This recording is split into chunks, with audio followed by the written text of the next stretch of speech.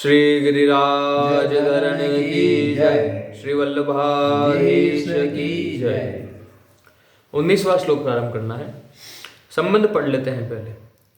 5वें से 18वें श्लोक तक प्रकृति के कार्य गुणों का परिचय देकर अब आगे के 2 श्लोकों में स्वयं को 3 गुणों से अतीत अनुभव करने का वर्णन करते हैं। अब इन तीनों गुणों से परे यानी सत, रज और तम तीनों गुणों से परे अपने आप को गुणातीत होने के बारे में अब भगवान बताएंगे, क्योंकि त्यागना तो हमें इन तीनों गुणों को है। तीनों में से किसी भी गुण में रहे, चाहे आप सात्विक गुण में भी क्यों ना रहे, भगवत प्राप्ति नहीं हो पाएगी। मोक्ष जिसे बोलते हैं। आज मैं श्री नारद जी जो है महर्षि नारद, देवर्षि नारद, उनके द्वारा रचित एक प्रेम दर्शन एक है, शास्त्र है, उसको पढ़ रहा था। तो उसके अंदर भाई जी श्री हनुमान प्रसाद पोद्दार जी बताते हैं कि मोक्ष जो है 5 प्रकार का होता है।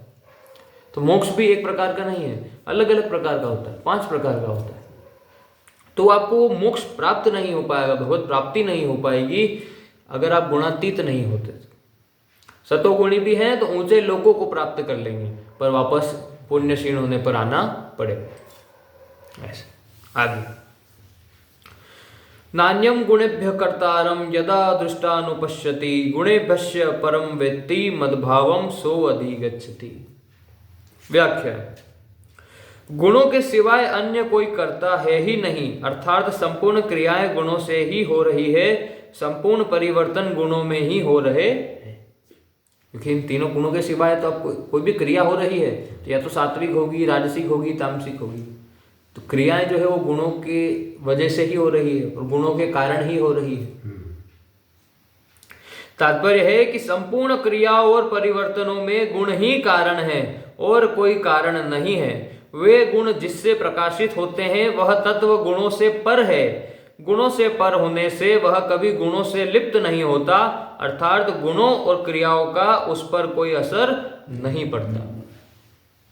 ऐसे उस तत्व को जो विचार कुशल साधक जान लेता है, अर्थात विवेक के द्वारा अपने आप को गुणों से पर असंबंध निर्लिप्त अनुभव कर लेता है कि गुणों के साथ अपना संबंध न कभी हुआ है, न है और न होगा और न हो ही सकता है। जो ये मान ले कि मैं अविनाशी हूं, मैं उनका अंश हूं, मैं ये शरीर नहीं हूं, तो उसके अंदर तो यही भाव उत्पन्न होंगे कि मैं तो इन तीनों गुणों से परे हूं, मैं गुणातीत हूं। यही तो भाव उसके मन में आएगा, क्योंकि फिर वो अपने आप को गुणों वाला कैसे मान सकता है। गुणों से बना हुआ आज भी क्या कहता हूं, ये शरीर है, ये शरीर इन तीनों गुणों से निर्मित है, पर मैं, हमारा जो वास्तविक स्वरूप है वो गुणातीत, वो इन तीनों गुणों में नहीं आता। वह फिर मेरे भाव को, मेरे स्वरूप को प्राप्त हो जाता है ना। कारण क्या कि गुण परिवर्तनशील होते हैं। गुण जो है ये तीनों परिवर्तनशील है और स्वयं में कभी परिवर्तन होता नहीं। वह फिर मेरे भाव को, मेरे स्वरूप को प्राप्त हो जाता है। तात्पर्य हुआ कि वो जो भूल से गुणों के साथ अपना संबंध मानता था, वह मान्यता मिट जाती है।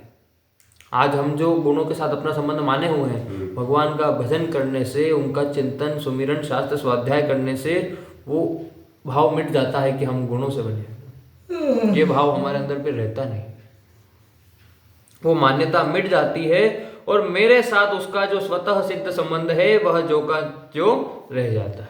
और भगवान के साथ हमारा जो स्वतः सिद्ध संबंध है, फिर वो हमें उसका अनुभव हो जाता है कि हाँ, मेरा संबंध वास्तव में किससे है, प्रभु से। परिशिष्ट भाव। गुणेभ्यश्च परम वेत्ति का तात्पर्य है कि जिससे गुण प्रकाशित होते हैं उस प्रकाश में अपनी स्थिति का अनुभव करना। मद्भावम सो अधिगच्छति पदों का अर्थ है कि वह मेरे भाव को, अर्थात ब्रह्म को प्राप्त हो जाता है। इसी बात को दूसरे श्लोक में मम साधर्म्यगामागतः पदों से कहा गया है। विवेक की साधक गुणों के सिवाय अन्य किसी को करता नहीं देखता। जो विवेकी पुरुष होता है, ज्ञानी, वह गुणों के सिवाय अन्य किसी को करता नहीं देखता और अपने को गुणों से, अर्थात क्रिया और पदार्थ से असंग अनुभव करता है। अपने आप को अलग मान, मैं अलग हूं, ये जो गुण हैं, ये क्रियाएं हैं, ये शरीर है, संसार है, ये अलग है। क्रिया और पदार्थ से असंग अनुभव करने पर वह योगारूढ़ हो जाता है। योगारूढ़ होने से शांति की प्राप्ति होती है और उस शांति में न अटकने से परमात्मा की प्राप्ति होती है। क्या बोल रहे हैं? उस शांति में न अटकने से। जैसे जो व्यक्ति सतोगुण हो गया था, अब सतोगुण में व्यक्ति को सुख प्राप्त होता है, ज्ञान प्राप्त होता है। अब अगर वो उस सुख से संबंध ना बना ले कि मुझे तो ये सुख मिलता रहे, आसक्ति ना कर ले, तो वो गुणातीत होने के मार्ग पर चला जाएगा। पर अगर आसक्ति रख ली, संबंध जोड़ लिया, यानी कि वही बात हो गई, उसने पकड़ लिया सतोगुण को, पकड़ लिया, जब तक छोड़ेगा नहीं आगे कैसे बढ़ेगा? तो संबंध तो वो सतोगुण में ही अटक कर रह जाएगा। और उससे होगा क्या? सतोगुणी है तो सुख तो प्राप्त होगा, ऊंचे लोगों को प्राप्त होगा, पर वापस से उसे आकर जन्म लेना पड़ेगा। बस वो सुख अच्छा लगता है, वही उलझ जाता है। माया तो अपने पासे फेंकती है ना। भगवत मार्ग पर चलने वाले व्यक्ति को या तो माया घोर से घोर कष्ट देती है, या फिर इतना सुख, इतना आनंद, इतना दे देती है कि वो भगवान को भूल ही जाए। दोनों बातें, या तो इतना सुख, इतना आनंद, इतना ऐश्वर्य, इतना भोग दे देगी आपको कि आप भगवान को भूल जाओ, या फिर इतना कष्ट दे देगी कि याद तब आपको याद ना आए। पर कष्ट में आना फिर भी अच्छा है। क्यों? क्योंकि व्यक्ति कष्ट में भगवान को याद कर ही लेता है। सुख में नहीं आए। दुख में सुमिरन सब करे, सुख में करे न कोई। जो सुख में सुमिरन करे तो फिर दुख काहे को हो। वो वाली बात। जब ते जीव भयो संसारी, छूटन ग्रंथि न होय सुख। गांठ बड़ी हुई क्या करे? बस वही वाली बात। गांठ छूट जाए तो सुखी हो जाए। अगला श्लोक कल समय कल करो कल।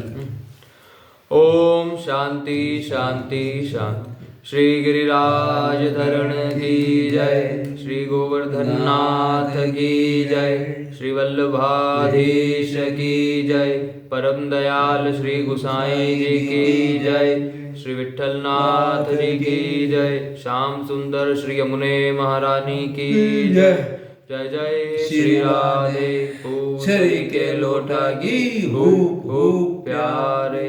श्री राधा रमण लाल की जय हो, श्री राधा वल्लभ लाल की जय हो, श्री बांके बिहारी लाल की जय हो, श्री मदन मोहन जी की जय हो, श्री गोपीनाथ जी की जय हो, श्री गोविंद देव जी की जय हो, श्री गोपेश्वर महादेव की जय हो। हर हर महादेव हर।